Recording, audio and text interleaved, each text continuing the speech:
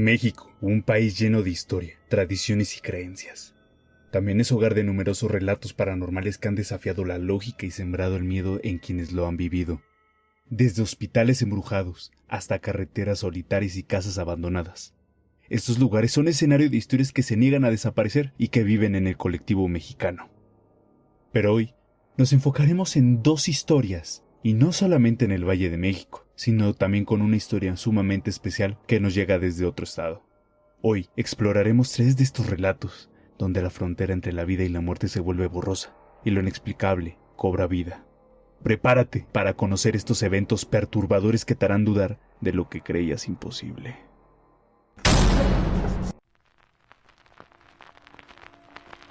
Ni Dios es tan bueno, ni el diablo tan malo. Si hay virtud, hay maldad. Acompáñame a ver el juego más sucio de nuestra mente. Personifiquemos todo lo desconocido de la oscuridad. Prepárate, que el futuro nos depara nuestro destino. Muerte. Esto es terror monumental.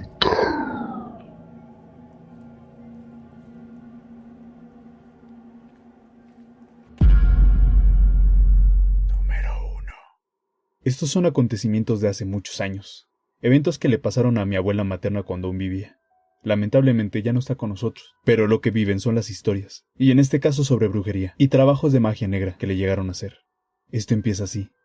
Algunas personas siempre le guardaron mucha envidia a mi abuela, ya que ella siempre fue muy querida en mi colonia, por el buen corazón que tenía y sus buenas intenciones. Como muchas personas, ella y mis tíos eran muy escasos de recursos, y vivían al día con lo poco que tenían.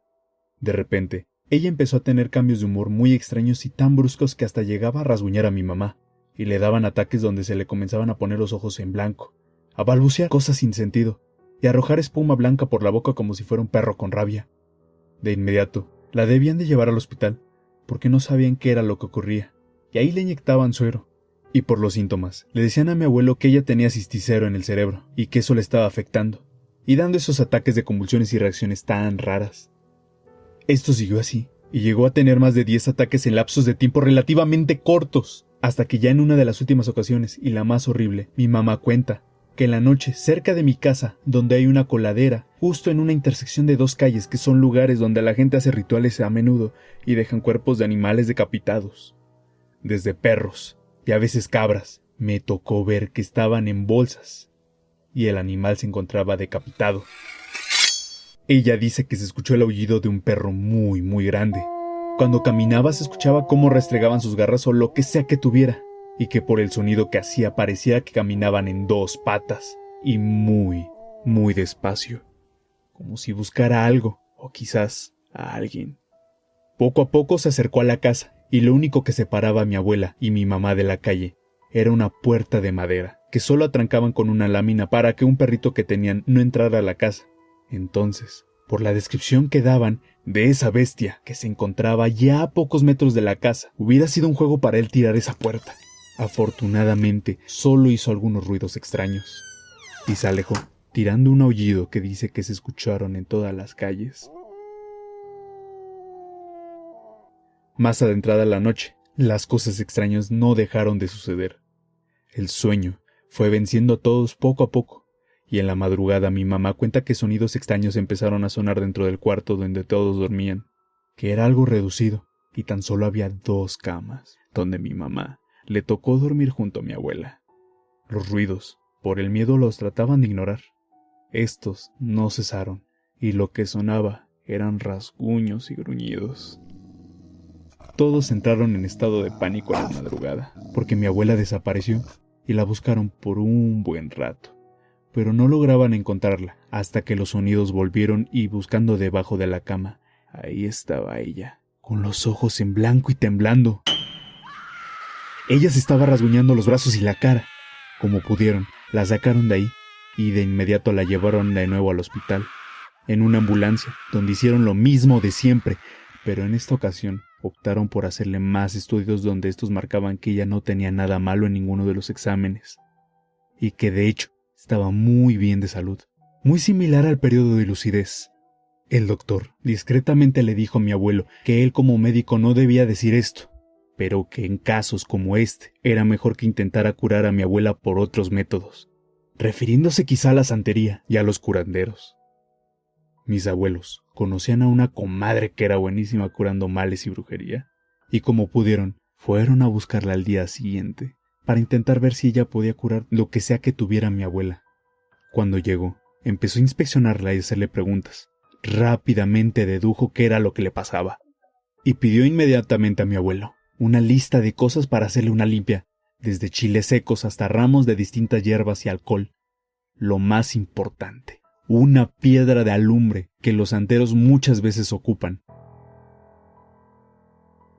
Con todo listo, y por lo que me explican, en medio de la sala prendieron un círculo de fuego donde dentro empezaron a frotar a mi abuela con los ramos y el alcohol, y procedieron a recitar distintos rezos y oraciones.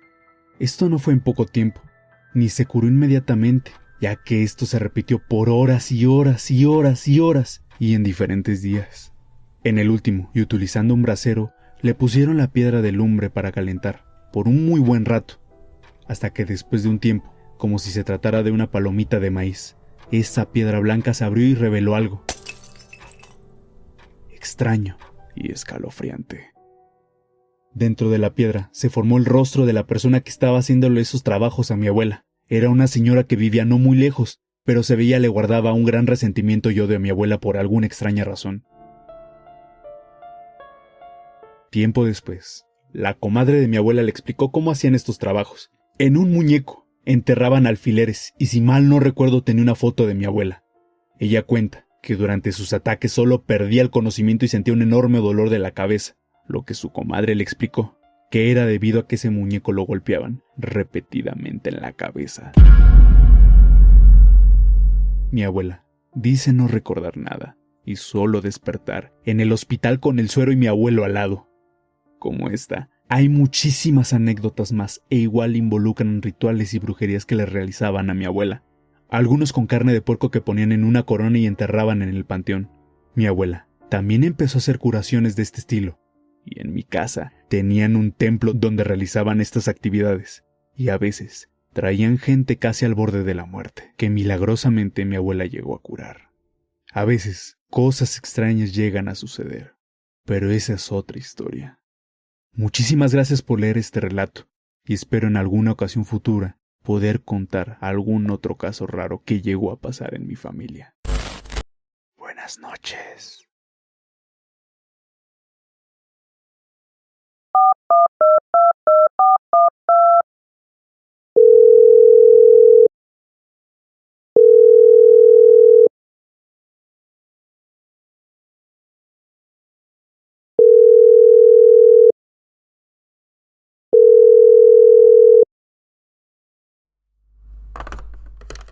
Otra ocasión estaba aquí mi yerno sentado en el sillón y yo estaba haciendo comida y me acerco a un mueble donde tenía un microondas que estaba pegado a la pared y había un huequito entre la pared y la mesa de donde estaba el microondas y ahí yo tenía una repisa que me iba a poner mi esposo, pero la de madera, ¿no?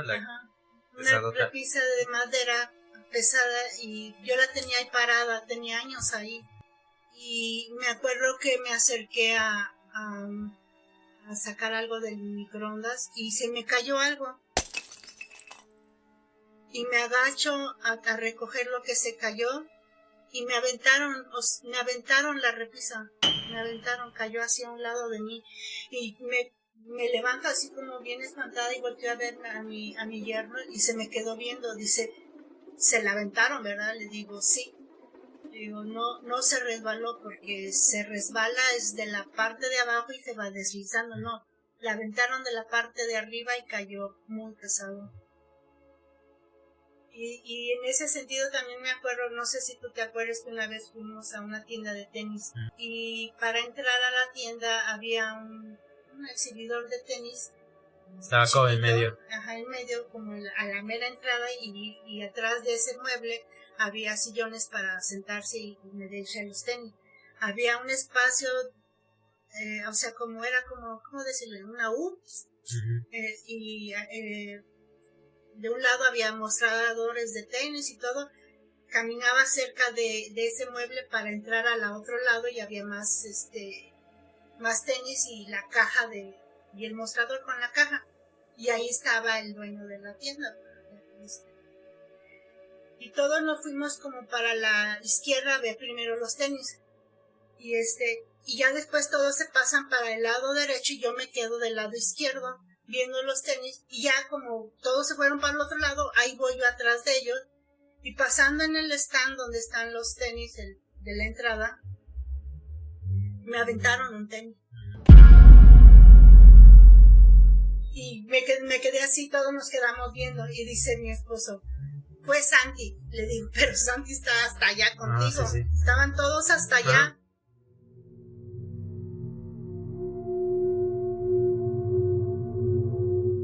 Y yo siempre le decía, papá, ya ves si no me crees. Ajá. Y de hecho aquí en la casa se siente. Pues se escuchan buenos ruidos. Últimamente ya no, o sea, por ejemplo, yo no me doy cuenta. Ya no he sentido. Pero es que antes, pues estábamos en la planta de abajo. Y y siempre escuchaban, pues, cómo caminaban o que arrastraban cosas. Ajá. Y por ejemplo, tú. Una vez que estábamos viviendo en la parte de abajo, me acuerdo mucho de esa vez porque fue la primera vez o el primer capítulo de la serie de Lost. Ah, sí. Y esa vez estábamos su papá y yo viendo esa serie y yo me acuerdo del primer capítulo, nos estaba de terror, o sea, me daba miedo. Y ya lo terminamos de ver y nos fuimos a acostar y ya estábamos acostados y se empiezan a oír ruidos en el piso de arriba, en la casa de arriba, y se oía que arrastraban los muebles y que cayeron canicas. Y le hablo le digo a mi esposo, le toco y le digo, David, ¿escuchaste? Dice, sí.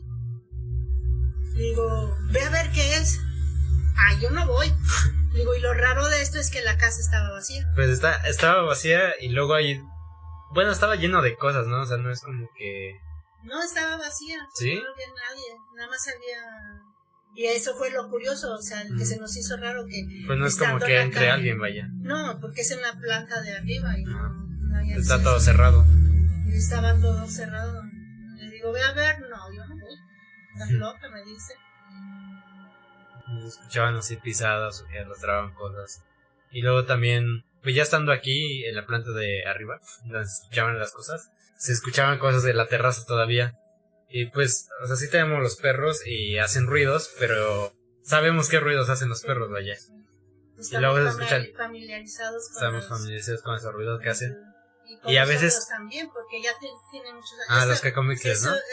Esos ruidos de que arrastran las muebles, desde que era niña, porque mi mamá nos contaba que, porque aquí vivieron mis papás, desde la casa de mis papás, decía que una vez la maestra, la vecina, le preguntó que qué hacía de noche, por qué hacía tanto ruido, y que ella le dijo, nada, dice, yo pensé que era usted, también le quería preguntarle que qué hacía, porque pues se oían muchos ruidos, y pues no era ninguna de las dos, pero las dos escuchaban los ruidos. Yo también me acuerdo que luego se escuchaban como si caminaran con botas. A mí eso no me tocaba. ¿No? Yo me acuerdo de eso. Yo nada más he escuchado ¿cómo se llama? Lo que arrastran los muebles y las canicas. Las canicas, nada más. Pero así otra cosa. También cuando aquí vivió mi hija con su esposo y Santi, el niño. Pues el niño apenas podía hablar, o sea, muy chiquitito, y me dice, mamá, oye, Santi, se comporta bien extraño, le dice, hacía la seña de que como que tenía garritas, como si fuera un gatito, dice, pero para él eso es un monstruo. Pero hacía ese cara así como monstruito, así como un gatito. Como que fruncía el ceño, ¿no? Ajá. O sea, fruncía el ceño y como que lo hacía así como si tuviera garritas. y decía que era un monstruo y señalaba al baño. Y y le digo, sí, le digo, pues hay que checar a ver qué. Y una vez me dice, ven mamá, ven, córrele. Y estaba el niño en el cuarto volteando para el baño. El baño de mi cuarto. Ajá, y le hacía así las garritas y así como digo, fruncía señas, fruncía su cara. Sí, y le digo, ¿qué, mijo? Y le hacía así le digo, monstruo, dices, y me hacía, no sabía hablar, pues. Yo me acuerdo que hacía ruidos, que hacía como... Sí, y decía que sí. Y y le digo, no tengas miedo, hijo, no te hace nada, dice. Y le digo, ven, vamos al baño, y dice, no, y me decía que no. Y pero con la cabeza decía que no. Y le digo, sí, ven, te voy a enseñar que no hace nada, que no hay nada. Y entramos al baño y el niño con mucha desconfianza, le digo, ven, lo jalaba, ven, y abrí la cortina, le digo, mira, no hay nada, ya ves, no hay nada. Le digo, mira, no les debes de tener miedo, si te vuelve a molestar, diles como cuando te enojas con nosotros, enójate y dile que no, y no, y no te dejes que te dé miedo. Le digo, ¿quieres que los regañe? Dice, y me dijo con su cabeza que sí. Y pues ahí en el baño me puse a gritar como loca, como regañando, diciéndoles, ya dejen en paz a mis bebés, si no van a ver, voy a tener que hacer algo. No quiero que lo dejen en paz. Y ya el niño como que se tranquilizó y le digo, incluso le regalé una cadenita, le digo, con esta cadenita te va a cuidar un dije de una virgen, creo que me habían regalado. Y digo, esa te va a cuidar. Ajá, ya. Y muchas veces, yo creo que yo vi al niño unas 3, 4 veces volteando al baño diciendo no, así como le había enseñado con la cara enojado, así enojado, y decía, no. Yo cuando lo vi la primera vez, porque me dice, vale, ven mamá, ven, y estaba viéndolo, y sí, así viene con su cara de enojado, y le decía, no, a mí se me erizaron mis cabellos, casi, y yo dije, para tener miedo, porque pues ya esto ya empezó, o sea, decía yo, ya empecé, no puedo tener miedo por el niño. Pues sí. Y yo le decía, sí, hijo, diles que no.